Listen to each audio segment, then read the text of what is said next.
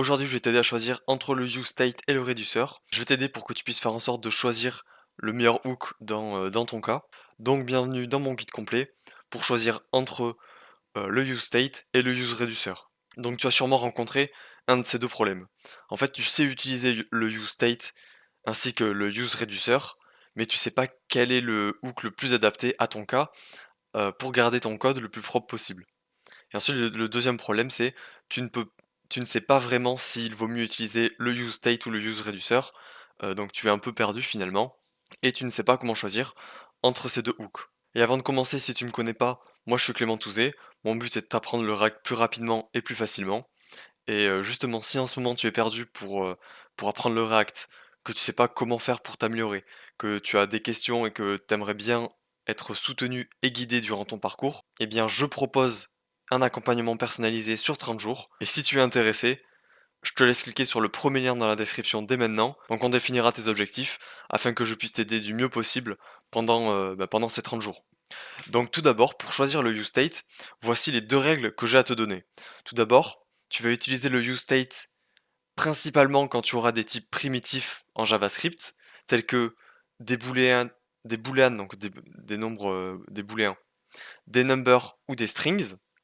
Et la deuxième caractéristique pour utiliser ton useState est que, en fait, tu ne dois pas avoir trop de complexité par rapport à la manipulation de cet état. Donc ce que complexité signifie, c'est qu'en fait tu vas avoir deux opérations au moins. Par exemple dans un CRUD, pour create, read, update ou delete, ça va être considéré comme complexe, parce qu'en fait tu vas avoir trois opérations, c'est-à-dire une opération pour créer, une opération pour delete et une opération pour update ton état. Le read c'est juste accéder à la donnée, donc ça va pas vraiment être une opération pour modifier l'état, enfin dans notre cas. Mais basiquement, un CRUD du coup va avoir plus que deux opérations et du coup c'est considéré comme complexe. Donc à l'inverse, si tu as deux opérations au moins, par exemple uniquement une opération pour créer et uniquement une opération pour delete, tu peux utiliser à 100% le useState et ça ne mettra pas trop de complexité dans ton code.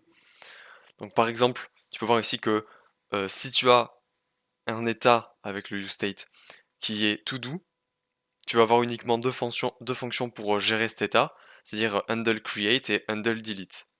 Donc moi je vais te montrer un exemple personnel que j'ai dans mon projet avec avec une de mes variables qui s'appelle selected element id. Donc là je vais dans mon code et tu peux voir que j'ai un useState, donc un état que j'ai appelé selected element id. Et en fait ce selected element id, je vais le modifier que de deux façons dans mon code. Alors là, je me rends compte que c'est pas super propre ce que j'ai fait parce que j'ai directement passé le le setter de l'état. Mais en fait, dans mon code, je vais modifier que deux fois. euh, enfin, je vais manipuler de deux façons différentes mon état. La première, c'est en le mettant à nul, c'est-à-dire en le supprimant. Et la deuxième, c'est en lui mettant une nouvelle valeur. Et comme tu peux le voir en plus, là ici le type il est de string, donc ça veut dire que mon état setSelectedElementId est un string. Enfin, selectedElementId est un string. Donc par exemple, tu peux voir ici que je vais utiliser la fonction pour le mettre à nul, et ici je vais utiliser la fonction pour lui définir une valeur.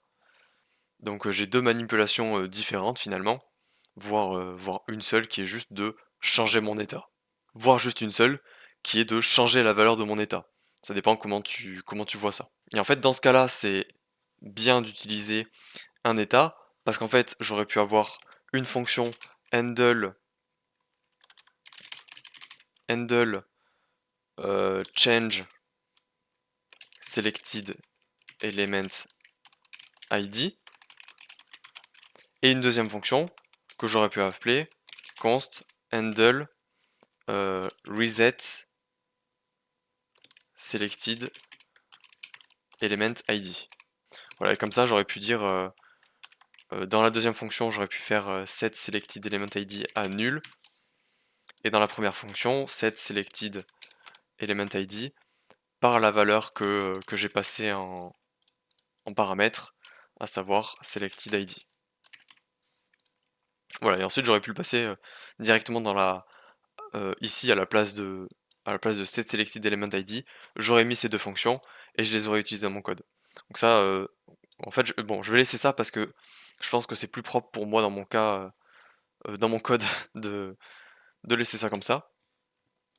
Je verrai plus tard pour l'améliorer. Voilà, donc c'est tout pour cet exemple. J'espère que ça aura été un peu plus clair pour toi par rapport au useState. Maintenant, on va passer au useReducer. Donc le useReducer, tu veux l'utiliser quand ton état est défini par, enfin, est de type object ou array. Donc un objet c'est entre accolades et un array c'est entre crochets. Et ensuite, si tu as une complexité élevée, c'est-à-dire que tu vas avoir 3 opérations ou plus de manipulation de ton état, tu veux aussi utiliser le useReducer. Donc dans l'exemple précédent, on avait une à deux opérations différentes parce que on devait juste changer la valeur ou la réinitialiser. Mais là, dans l'exemple que j'ai mis juste en dessous, tu peux voir qu'on a le state to12 qui est une array et dont j'ai ajouté une troisième opération qui est update to do, c'est-à-dire, enfin on pourrait l'appeler d'ailleurs handle update to do, c'est-à-dire le U du crude. Et cette troisième opération ajoute un peu de complexité, et à partir de ce moment-là, plutôt que d'avoir trois fonctions différentes pour gérer ton état, tu vas plutôt vouloir utiliser le useReducer. Donc en fait, pourquoi est-ce que tu veux utiliser le useReducer pour le crude, ou en général? Bah parce qu'au début, en fait, tu vas avoir trois fonctions, ça va être assez simple à lire et à comprendre, mais le problème c'est qu'au fil du temps, tu vas peut-être avoir d'autres fonctions pour manipuler ton état qui vont se rajouter.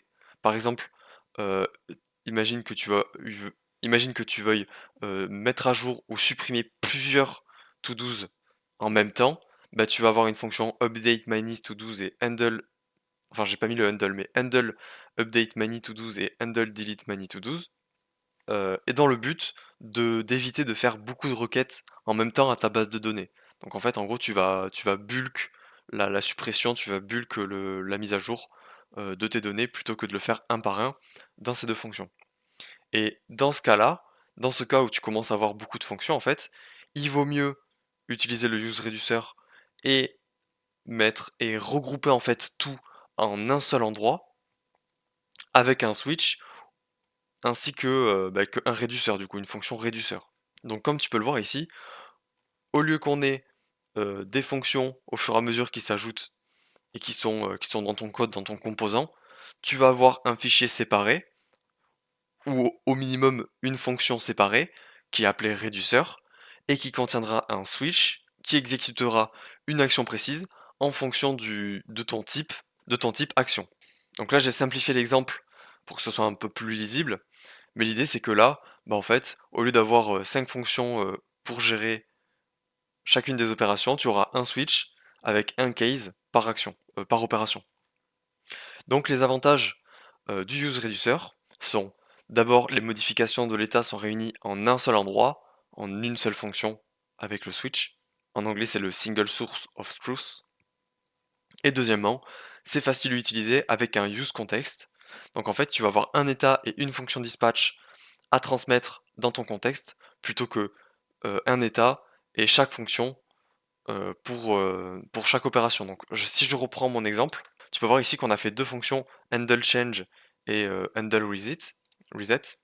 Et bien imagine que j'avais beaucoup de fonctions comme ça, donc comme on l'a dit par exemple handle update, const handle delete. Et bien tu te doutes bien qu'en fait ces fonctions il aurait fallu les passer dans le contexte ici, dans le contexte provider, comme ça, et à chaque fois les rajouter, handle delete, etc., etc. Alors qu'avec un useReducer, tu aurais juste à passer ici la fonction de dispatch que le réduceur te donne. Donc concrètement, j'ai un deuxième exemple que je vais te montrer directement pour que tu puisses voir directement comment est-ce que je passe le dispatch dans mon provider. Donc voici l'exemple en question. Tu peux voir que j'utilise un useReducer dont j'ai appelé l'état funnelsElements, et ça me retourne en plus une fonction dispatch funnelsElements. Cette fonction va me permettre d'exécuter le réduceur ici, avec toutes mes actions possibles. Et en plus de ça, je vais le passer directement dans un provider spécialisé pour mon dispatch, dont j'aurai une seule valeur, à savoir la fonction du dispatch, plutôt que plusieurs valeurs qui seraient les différentes fonctions pour gérer les différentes opérations possibles. Alors les inconvénients au useReducer sont que d'abord c'est un peu plus long à mettre en place, et ensuite ça peut potentiellement être moins lisible. Donc c'est un peu plus long à mettre en place parce que tu dois tout séparer toute la logique et créer un nouveau fichier, créer la nouvelle fonction réduceur et tout. Et un petit peu moins lisible parce que dans certains cas ça peut être un petit peu moins lisible, mais bon c'est pas beaucoup, c'est pas de beaucoup en fait, donc ça va. Le deuxième inconvénient est qu'il ne faut pas oublier de retourner. Le deuxième inconvénient est qu'il ne faut pas oublier de créer une copie de l'état dans ta fonction réduceur. Donc si je reprends l'exemple juste là j'ai mis return 3 petits points. Mais en fait dans le return tu dois mettre le nouvel état modifié. Et ce nouvel état modifié, si tu utilises l'état précédent avec la variable state, qui est le premier paramètre de ton réduceur, et ben en fait tu devras faire une copie en utilisant la syntaxe du spread operator, donc comme tu peux le voir ici, c'est-à-dire entre accolades, 3 petits points et le nom de ton état. Donc maintenant je vais te montrer un exemple en direct pour faire une to-do list. Donc on va d'abord faire la version avec un useState, mettre toutes les opérations possibles différentes, puis ensuite on va refactor pour que tu puisses voir en fait que c'est mieux avec un useReducer. Donc je vais d'abord faire l'application avec le useState, et ensuite je vais te montrer pourquoi ça commence à devenir un peu embêtant, et le refaire cette fois le refactor avec le useReducer. Donc c'est parti, je vais me rendre dans VS Code, et j'ai créé un projet vite qui ne contient rien à part un paragraphe H1. Donc si je me rends sur le site, ça rend ça, to-do list, voilà. Pas grand chose, juste ça.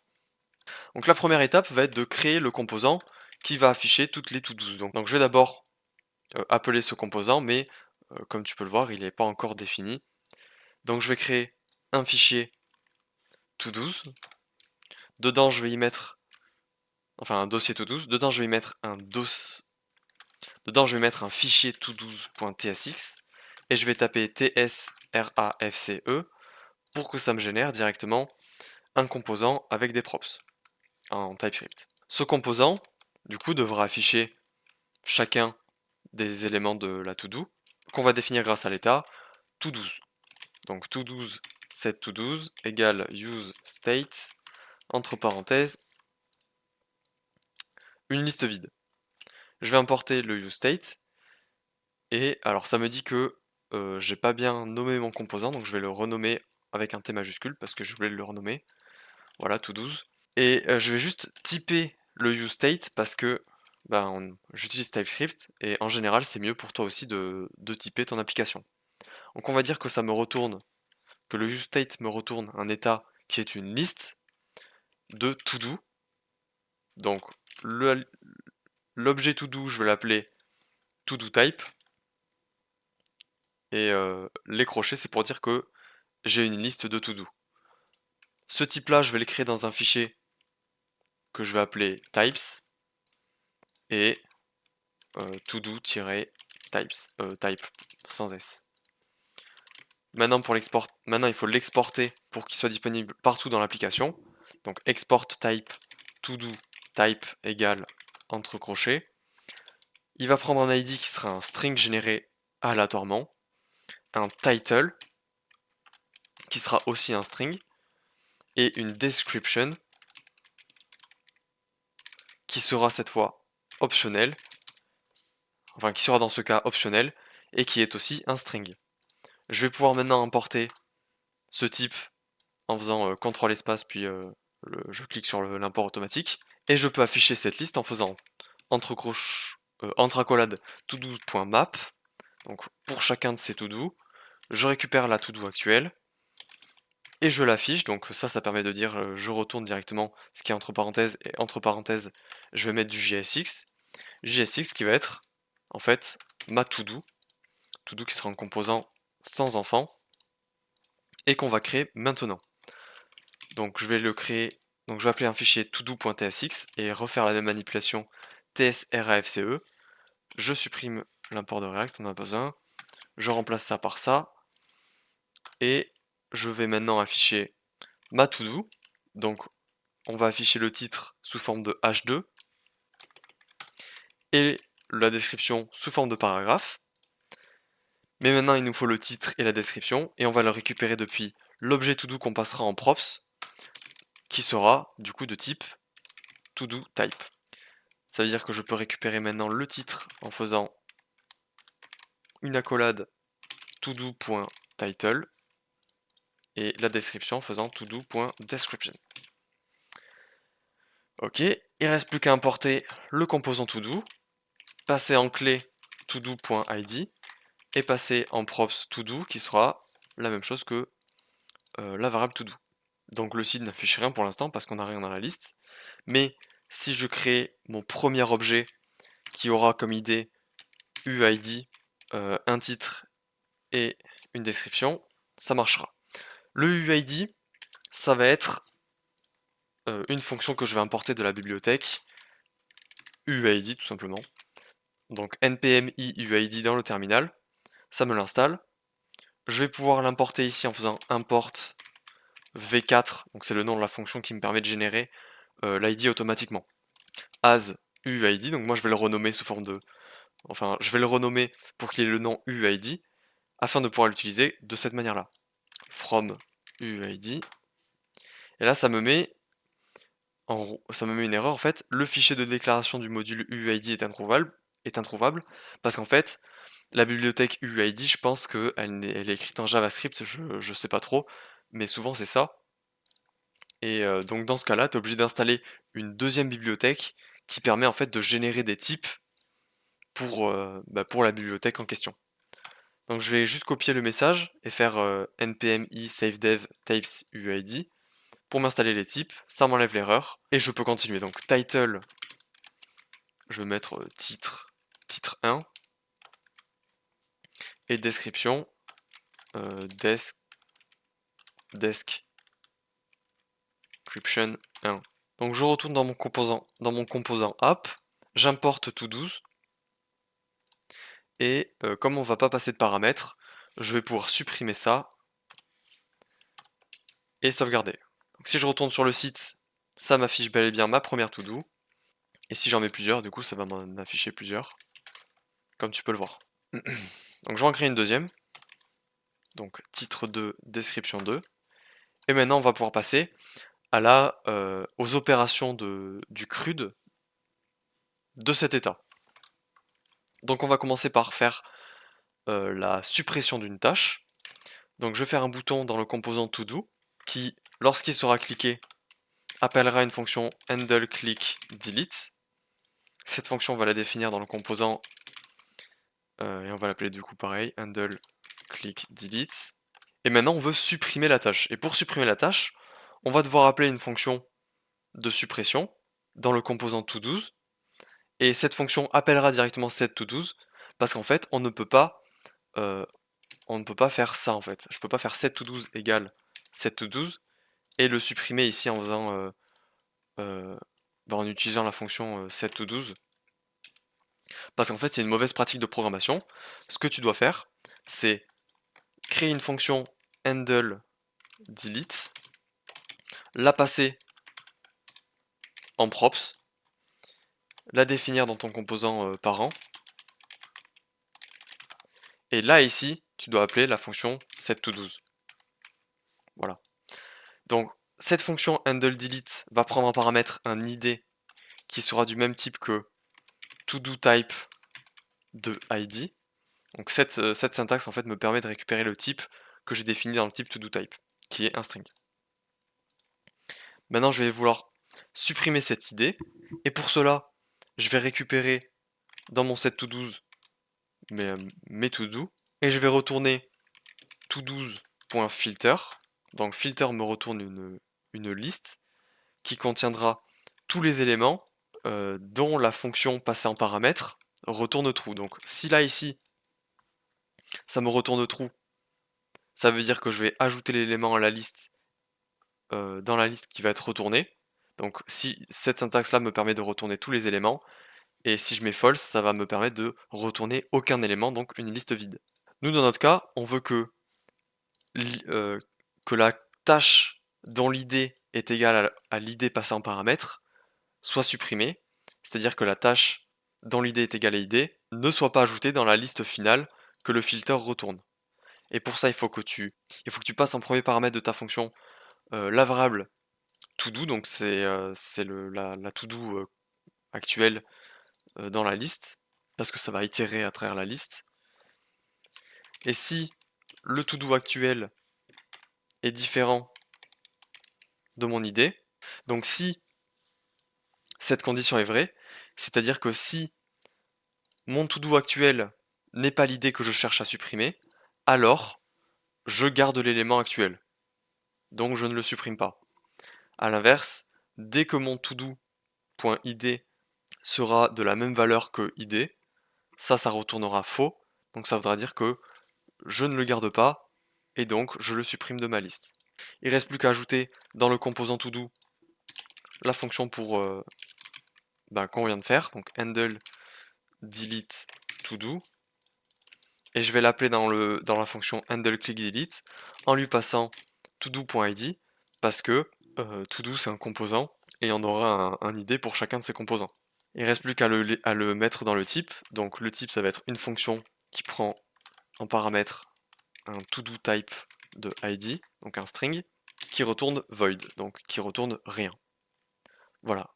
Donc si je retourne sur le site, j'ai un bouton, j'ai juste pas mis de description, enfin de texte dedans, donc on va dire supprimer, hop, et quand je clique ça la supprime. Ok, maintenant je vais faire l'ajout d'une nouvelle tâche, donc pour cela, je vais devoir créer un formulaire. Enfin, on va pas faire un formulaire, on va juste faire deux inputs qui permettront d'ajouter la tâche pour se simplifier la tâche. Lol. Donc on va faire un bouton ajouter, un premier input pour le titre, et un deuxième input pour la description. Chacun de ces inputs va prendre une fonction onChange en paramètre, donc handle change title et onChange égale handle change description. Title et description seront des états pour gérer les inputs, donc const je vais pas réussir à l'écrire, title égale set, const title virgule set title égale use state d'une chaîne de caractères vide parce que le titre de base va être vide, const description set description égale use state, pareil, de vide, avec un S majuscule. Ok. Maintenant, il ne reste plus qu'à faire ces deux fonctions pour gérer les inputs. Donc const handle change title égale E qui va être un change event que j'importe de React du type HTML input element. Et je vais définir le title par la valeur de mon input, donc e.target.value. Ok, je vais faire la même chose pour la deuxième fonction. Je vais juste changer set title par set description. Ok. Et ensuite, donc là j'ai les deux inputs qui marchent. Maintenant il ne reste plus qu'à faire la fonction onClick du ajouter. On va l'appeler handle click add to do. Const handle click add to do égale. Ça va prendre aucun argument, mais ça va appeler une fonction qui va être appelée. Alors on pourrait l'appeler handle, on pourrait l'appeler directement add to do plutôt que handle to do parce que je ne la mets pas dans un handle pour le coup. Donc c'est ce que je vais faire. D'ailleurs cette fonction on pourrait aussi la renommer avec juste delete to do. Voilà, c'est plus clair parce que en fait un handler c'est une fonction qui est destinée à être mise dans un on plus le nom de l'événement. Donc dans un onChange, tu vas mettre une fonction handler dedans pour gérer l'événement onChange. Mais si dans mon handler j'appelle une fonction, bah, cette fonction ne sera plus un handler du coup parce que c'est plus un, elle n'est pas appelée dans un on quelque chose quoi. Donc je peux juste simplifier en disant add to do et en passant un objet qui sera ma nouvelle tâche qui prendra la valeur de id UID, on va le générer automatiquement l'id et aléatoirement. Title qui sera la valeur de la variable d'état title et description qui sera la valeur de la variable d'état description. Je passe à cette fonction mon objet, et je vais définir maintenant la fonction add to do. Ah oui, du coup, quand j'ai fait ça, quand j'ai modifié le nom de la variable, ici j'ai fait F2, et j'ai changé le nom, ça veut dire que ça m'a changé directement le nom ici, dans mon composant to do. Donc je reviens dans ma fonction add to do, elle va prendre en paramètre new to do, qui sera de type to do type, et qui va faire set to 12, prendre en paramètre les to do, et retourner une copie de ce tableau, avec en plus la nouvelle to do dedans. Donc ça veut dire que cette syntaxe là en fait permet d'ajouter au tableau des to do actuels la nouvelle to do qu'on veut créer. Donc d'étendre le tableau, donc de rajouter une nouvelle tâche. Maintenant si je fais ajouter, alors j'ai pas sauvegardé, maintenant si je fais ajouter, ça m'ajoute bel et bien une nouvelle tâche que je peux supprimer, etc., etc. Maintenant je vais faire le update parce que pour l'instant on a deux opérations, donc tu vois le code est pas non plus trop long et c'est pas non plus trop le bordel.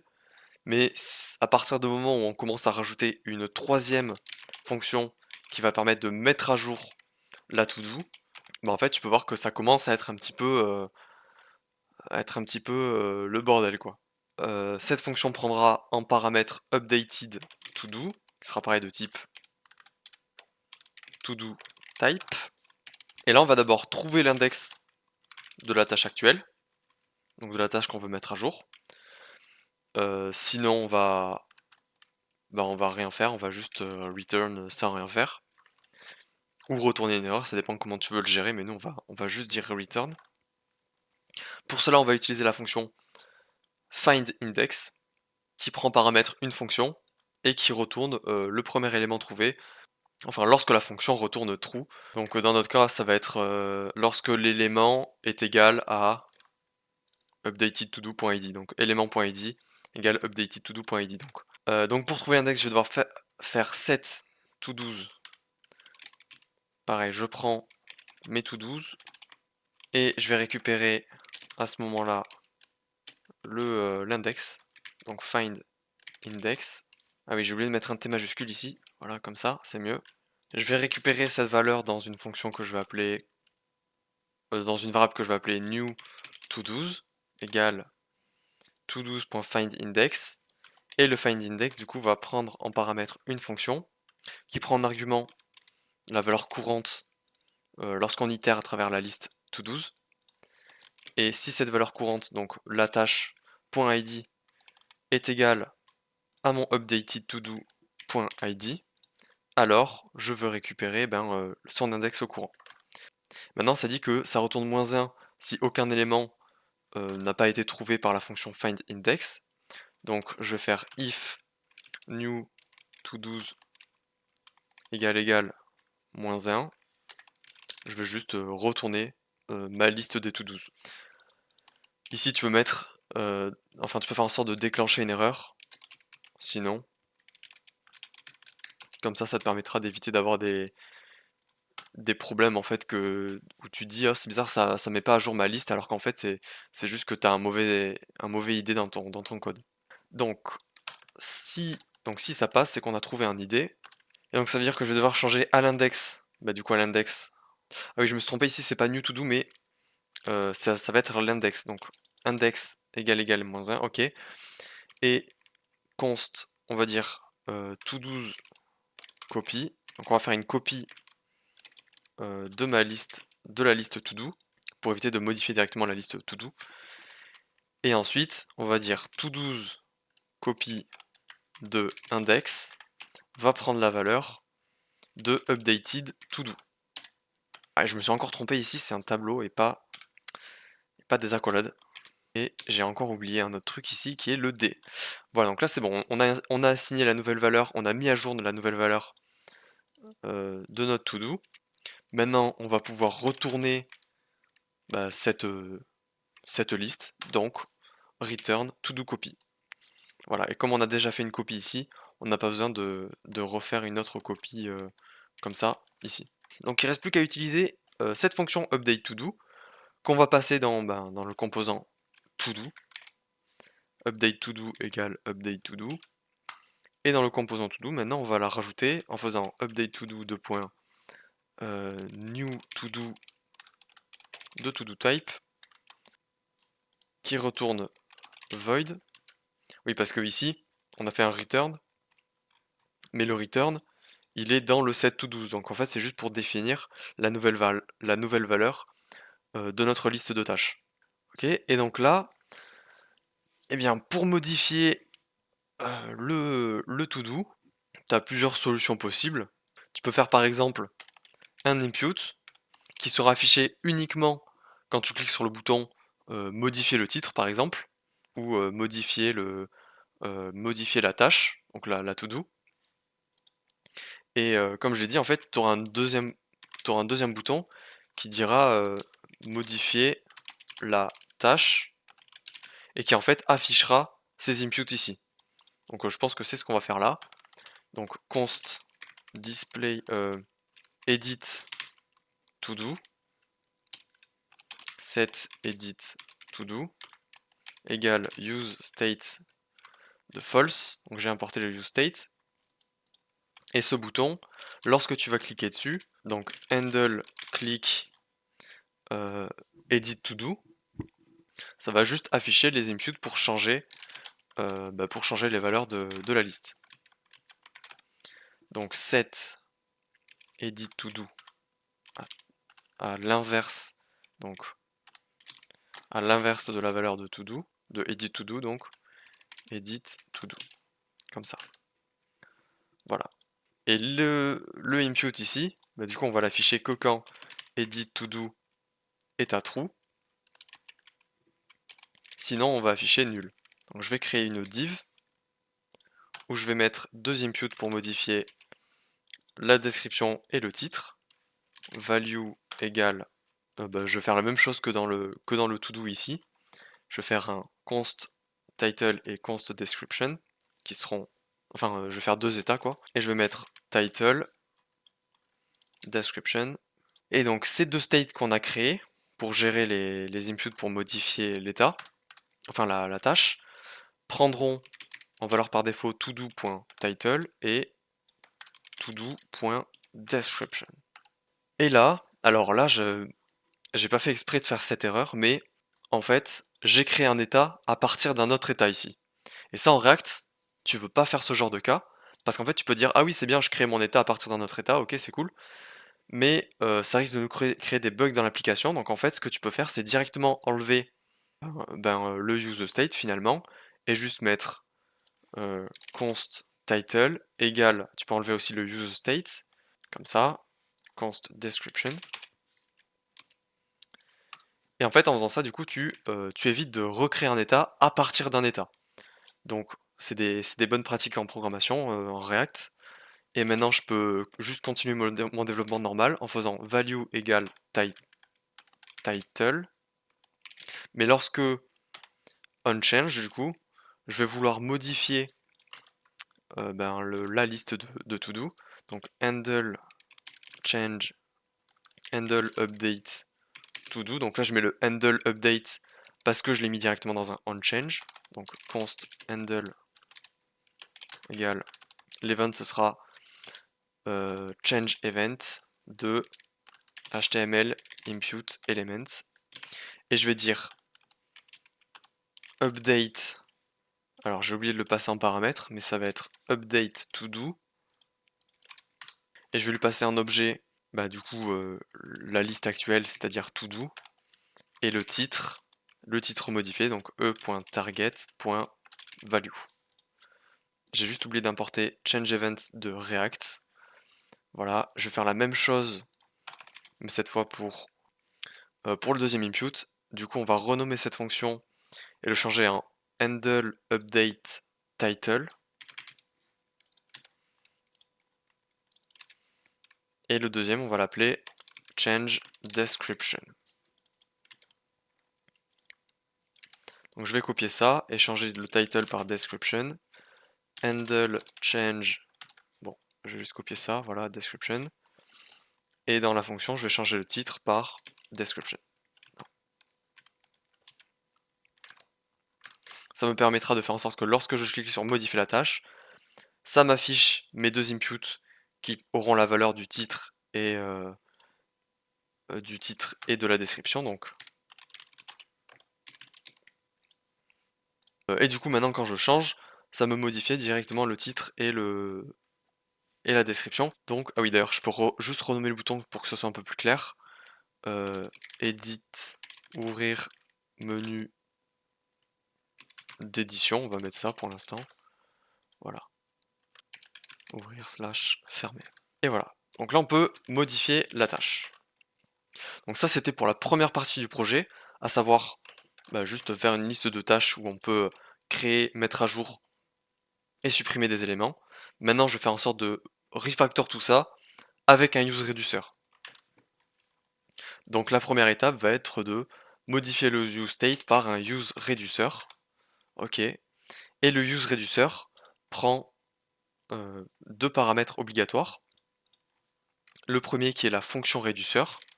Donc dans notre cas on va l'appeler to12reducer. Et en deuxième paramètre, les arguments par défaut, enfin la valeur de l'état par défaut, donc ça on va pas changer. Le type ce sera plus un to-do type mais en fait un réduceur. Donc je vais juste le supprimer pour éviter que ce soit trop complexe. Et le deuxième argument, ça va pas être setToDo mais dispatch. On va l'appeler dispatch to-do parce que c'est une fonction dispatch. Et en fait cette fonction dispatch va prendre un argument qui sera passé à la fonction reducer qu'on va créer dès maintenant dans un fichier reducers. Et on pourra lui donner la forme qu'on veut à cette action. Donc to12 reducer, ça va être une fonction, donc const to12 reducer égale entre parenthèses. Elle prend deux arguments du coup, l'ancien état, donc les to-do, je vais mettre state pour que ce soit un peu plus clair pour toi, et en deuxième argument, une action. L'action va être ce qu'on va passer en paramètre à la fonction dispatch to12. Donc tu peux voir ça me met plein d'erreurs. Donc je vais faire un console log pour te montrer ça. Console.log action, action. On va faire les types après, mais pour l'instant on va pas se prendre la tête avec. Et le to-do de reducer, on doit l'exporter, donc export to-do reducer, que je vais importer d'ici, donc CTRL espace, voilà, reducer. Donc là l'application marche plus trop. Comme tu peux le voir, ça marche plus très bien. Mais je vais faire en sorte de te montrer qu'est-ce que l'objet action retourne. Donc je vais refaire le bouton ajouter. Donc ajouter qu'on a mis dans le to-do, ici. Non, qu'on l'a mis plutôt dans le to-do's. Lorsqu'on clique dessus, ici, handle add click to do. Donc ça appelle la fonction add to do, qui elle-même appelle la fonction set to do's. Ben là, on va pas appeler add to do, on va appeler dispatch to do's, en passant un objet qui contient comme type, donc comme type d'action add, et qui contient en deuxième propriété new to do's, donc ça c'est moi qui ai décidé de l'appeler comme ça, qui sera la valeur de new to do. Ah oui, sans s, parce qu'on n'en ajoute qu'un seul. New to do. Voilà. Bon, alors là, comme ça met plein d'erreurs, je vais aller dans le réduceur et faire et juste retourner mes to do. Voilà, mes to do state. Pour que ça mette plus d'erreurs. Voilà, donc là, ça met plus d'erreurs. Et maintenant, je vais te montrer ce que ça affiche quand tu cliques sur le bouton ajouter. Comme tu peux le voir, donc l'objet action qui est dans le réduceur va contenir, enfin va être un objet qui contient un type ainsi que new to do, parce que ici je lui ai passé en paramètre un objet avec un type ainsi qu'une propriété new to do.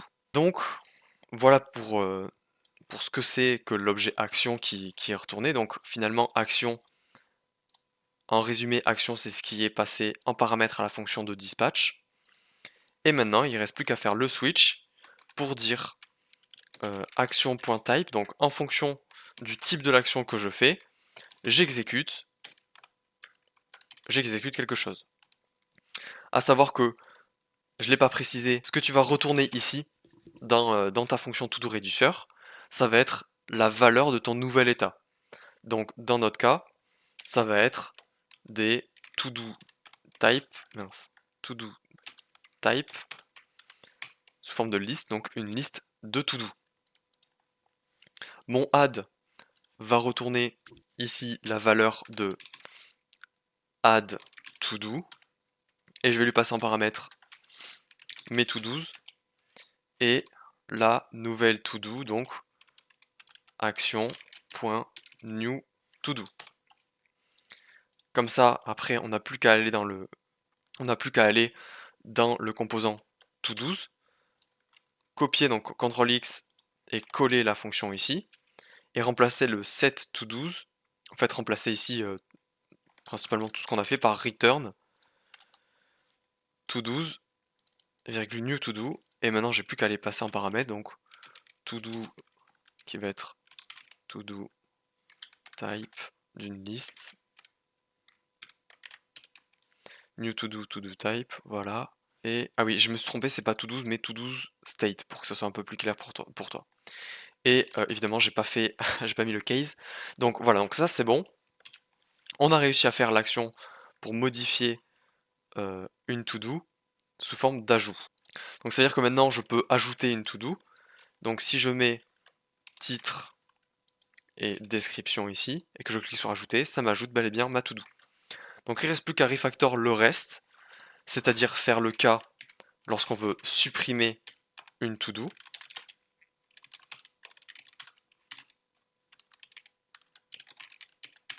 Donc je fais ça parce qu'on on va devoir passer dans l'objet de dispatch l'id qu'on veut supprimer dans le cas où on fait l'action delete, et dans le cas où on fait update, on va dire return update to do. On va devoir passer la liste des to do et la to do updated, donc qu'on veut mettre à jour. Non, updated to do, voilà. Qu'on prend de action parce qu'on le passe, on le passera grâce à ça. Ok, donc il reste plus qu'à copier-coller ce qu'on a fait ici et le modifier pour faire en sorte que ça marche dans le réduceur. Donc pour le delete, on va pareil supprimer tout ce qui est là et faire un to-do's. Ah oui, to-do, donc je dois repasser to-do state ici et le rajouter un deuxième paramètre et changer to-do par to-do state. Et voilà, donc là ça fait la même chose, il faut juste que je return ce résultat. Et pour update to do, donc je vais faire la même chose que les autres, sauf que au lieu d'avoir un new to do, on va avoir un updated to do. Je supprime le set to do, hop, et je remplace le to do par, je peux le laisser, mais je vais le remplacer par to do state pour que ce soit un peu plus clair pour toi. Donc to do state que je copie, voilà. Alors, donc là on a réussi à faire la fonction réduceur. Maintenant il ne reste plus qu'à appeler cette fonction de réduceur à chaque fois qu'on veut mettre à jour notre état. Donc là on l'a déjà fait ici. Je vais faire en sorte que ça marche après hein, pour les types. Donc il reste plus qu'à le changer dans le composant to-do parce que le composant to-do n'a plus rien à voir. Vu qu'on n'a plus besoin des handle, delete, to-do et tout, on peut les supprimer. Mais par contre on va devoir passer la fonction dispatch. Donc dispatch to-do égale dispatch to-do. Maintenant quand je vais dans mon composant to-do, je peux supprimer ces deux fonctions ici, juste mettre la fonction dispatch qui sera du type dispatch de... Alors je sais plus exactement ce que c'est le type dispatch without action. Bon je sais plus le type donc je le ferai juste après. Donc maintenant il ne reste plus qu'à remplacer les handle delete et update par le dispatch. Donc handle delete to do, je fais un dispatch où je vais dire l'id que je veux supprimer est todo.id et je dois rajouter le nom de l'action. Donc action ça va être delete. Et ici ça va être update to do, bah pareil, je vais remplacer ça par des dispatch. Et l'objet que je veux passer aura une action en plus, ainsi qu'une propriété updated to do. Action update. Et là ici c'est la propriété de updated to-do qui prendra la valeur de ça. Voilà. Donc je le colle, je le copie et je le colle ici. Ok. Maintenant je vais m'attaquer au type. Donc pour avoir le type ici du dispatch, et donc avoir le type ici du useReducer, il faut définir le type action. Donc le type action, je vais faire export to-do actions. J'ai oublié type, to-do type export actions. Ça va être dans le cas où c'est un add, donc dans le cas où mon action.type est égal, non, dans mon cas où le action.type, donc le type est égal à add, j'aurai uniquement une deuxième propriété qui va être new to do et qui sera une to do type. Ou sinon, je vais avoir dans le cas un type delete. Et lorsque ce sera ce cas, j'aurai uniquement un id qui sera du type to do type de id. Et enfin le dernier cas, ce sera dans le cas du update, où ce sera un updated to do en deuxième propriété, qui sera du type to do type. Voilà, je peux définir ce type par le type ici action. Ok. Et là donc tu peux voir ça m'a supprimé les erreurs. Ça m'a typé ici le dispatch de to do actions. C'est-à-dire que je peux modifier dans mon fichier to do. Enfin je peux ajouter ici le to do actions dans le dispatch. Ok. Et donc là ça me dit que action n'existe pas. Ah oui, parce qu'en fait je me suis trompé. J'ai défini un action.type et là j'ai mis un objet action, donc on va remplacer ça par type et type. Tu vois bien un peu ici l'utilité de TypeScript qui me met les erreurs avant d'avoir fait ça. Et j'ai plus d'erreurs, donc ça veut dire que normalement tout devrait marcher. Je peux supprimer ma to-do, je peux en ajouter une, et quand j'ouvre le menu pour changer, je peux la modifier. Voilà.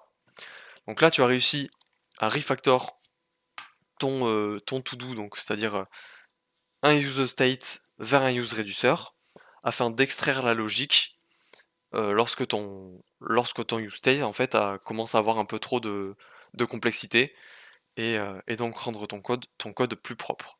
Et si maintenant tu as toujours des questions et que tu veux que je t'accompagne personnellement, clique sur le premier lien dans la description, on verra ensemble un plan d'action pendant 30 jours pour que tu puisses t'améliorer le plus rapidement possible en React.